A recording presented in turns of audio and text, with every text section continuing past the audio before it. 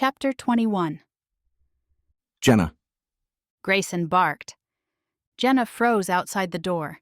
She had wanted to be a part of the conversation, but not like this. Now. She rolled her eyes and pushed the door open to find Grayson and Remy glowering, and Sergio and David smirking. Do you have a problem with directions? You were very calm and businesslike a few minutes ago, Jenna said. Do you normally unravel this quickly? It's no wonder you quit the business world. Grayson's scruffy jaw fell. Really, he was too easy to rattle, and she needed answers. David grinned and sat down in a high-back leather chair. Remy shook his head and followed David's lead, sitting down as well. His gun remained visible. Jenna reached her hand out to Sergio. I'm Jenna, although you probably already heard that like the rest of the county. Sergio took her hand. I'm Sergio. It's lovely to meet you. How are you wrapped up in all of this? Jenna was quick to study Sergio. His tanned skin, dark hair, and eyes complemented him. He wasn't too thin, not as he had originally appeared next to Remy, but he had a look about him. He looked like someone stressed to the point of breaking, although his pleasant smile helped to cover that fact. He was taller than her, but that was normal in her world, and by the way his hand felt in hers, he wasn't a weakling. Can I be honest with you? Jenna asked. Jenna. Grayson warned. It would be a refreshing change if someone would. Sergio answered, still holding her hand. Jenna, don't. I'm Jenna Newman, Adam's sister. I'd like to know what happened to my brother. I want to find him. A series of groans set off like an orchestra around the room. Sergio smiled. That was refreshing. Thank you.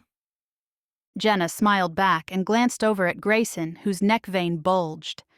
Before she could comment, the window shattered, and she found herself locked into Sergio's hold with a gun pointed at her throat. A can of smoke rolled through the room. I'll take good care of her. Sergio said, yanking her out of the room and kicking the door shut. He fired a shot at the doorknob. That should keep them occupied for a moment. What are you doing? Jenna choked, pulling on his arm, nails biting into his skin. The more she struggled, the stronger his hold became. Sergio hurried her out of the house and to the driver's side of his car. He pushed her through as he held both her and the gun.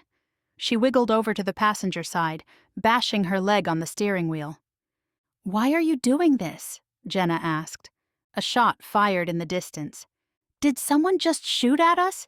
Jenna squeaked, hunkering down in the seat. Sergio revved the engine and blazed down the driveway. Sounds that way. What if they shot me? If I had to guess, I'm sure they'd celebrate. Jenna's jaw sagged. I might be a little difficult at times, but I doubt David or Remy would want to kill me. Not them. Then who? Sergio's silence filled in the blanks for her. The person who shot at them belonged to the same group that had been hunting her down. Sergio's men hadn't been the ones who shattered the window, but he did take advantage of the situation. After a few minutes, Sergio said, I had to take you before they did. I knew they followed me. Remy knows where you live. I assume they do too, Jenna said, crossing her arms. And put that thing down.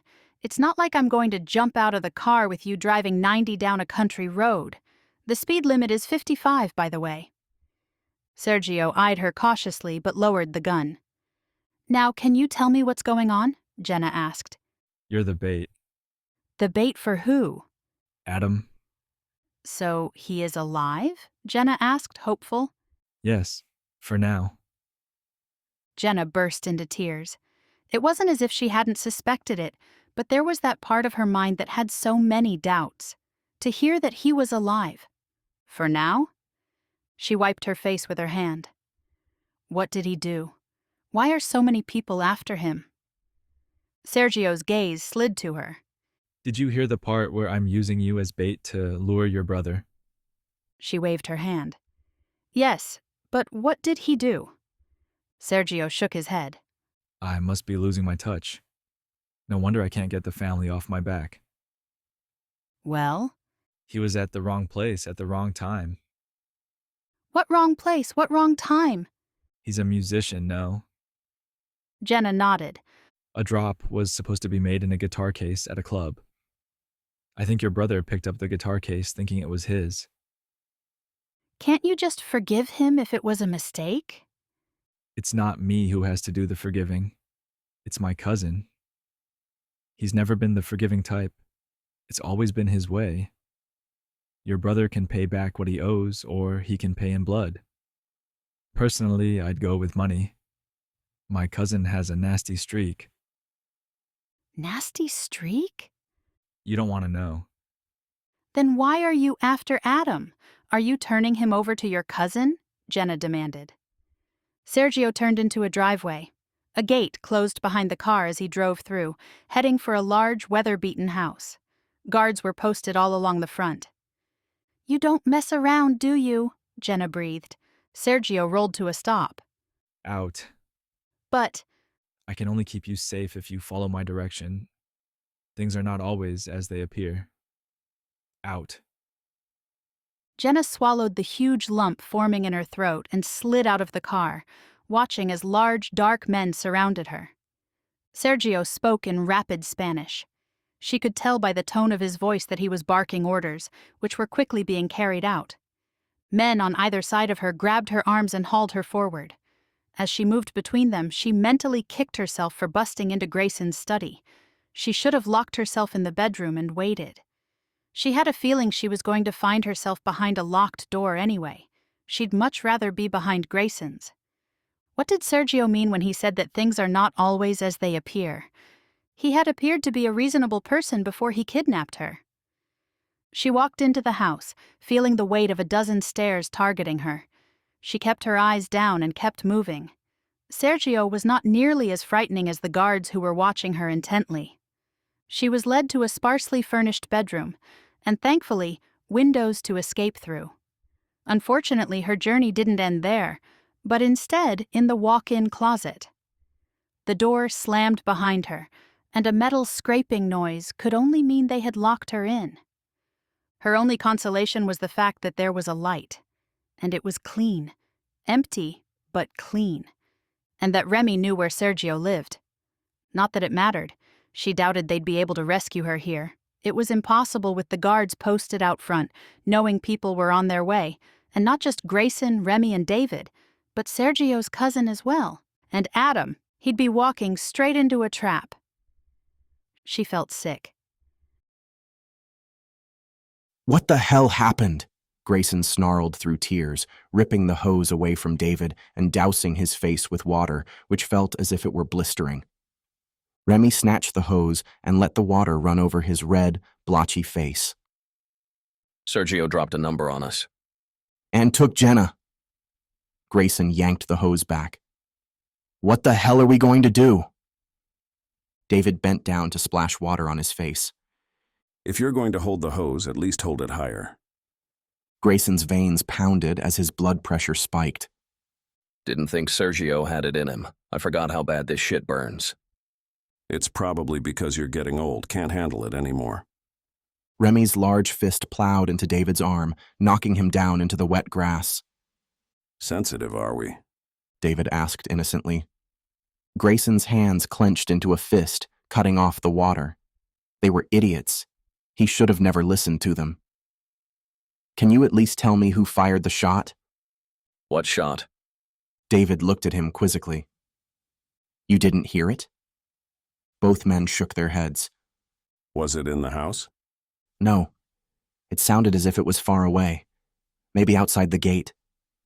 No wonder we didn't hear it. We don't all have delicate office ears. No kidding. It's a wonder I can hear anything anymore. Shell blasts have a way of screwing with a person. Or you could be getting old. David scooted back before Remy pounded him again. You two are morons, Grayson fumed. Are you not worried about Jenna at all? David shrugged. It's Sergio, she'll be fine. Yes, Sergio, the one that kidnapped her at gunpoint and had my house bombed with tear gas. That Sergio? Remy snorted. Still didn't think he had it in him, but don't worry. We'll head over right now and get her. We'll just waltz over there and pick her up? Grayson asked incredulously. Remy frowned. I don't waltz, but yes, we'll go pick her up. I thought you said you didn't want to go to his place. You said you didn't know the layout and there were armed men. And now we have no choice. Can I at least have the water now?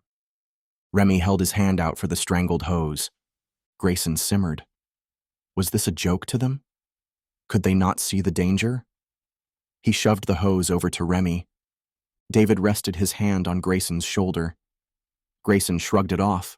He had no experience in this and had to rely on two men who thought it was a joke. For once in his life, he felt completely out of control. He was lost. Jenna was slipping away. "You will do something, now!" Grayson barked, feeling his body shake. "Or at least tell me what to do before I go insane." Remy looked up from the water. David shook his head. Grayson, David started. "Tell me what to do." we'll get her back, I promise. Did you forget this is what we were trained for? David nodded. Remy can break into a POW prison blindfolded. A flash ricocheted across Remy's face. For a brief moment, it was as if he had seen a ghost. If David had witnessed it, he didn't let on. Grayson didn't question it. He didn't know what had happened to Remy, but he knew the man had a few scars that went beyond his skin. David rested his hand on Grayson's shoulder. We might seem like we don't care, but we're allowing ourselves a few moments to regroup. To be tense and alert constantly is draining. If we want to stay focused on our mission, then we have to have a moment of levity too. It keeps us sane. Remy nodded and looked away. Grayson let his shoulders drop and reached for the hose, running water on his face before they could tell which tears were from the gas and which were from sheer relief that he wasn't alone. They'd find Jenna and bring her home safely. They stood for a moment in silence, each taking turns with the hose. We'll have her back within the hour, David said with a cocky smile, smacking Grayson's back. Several sounds of clicking metal had them swirling around to find 5 men pointing guns. Maybe 2 hours, David amended. 3 if this gets ugly. Grayson swallowed. He really wished he would have taken David up on his offer all those years ago. Knowing how to shoot a gun would have been much more helpful than acquisitions right now.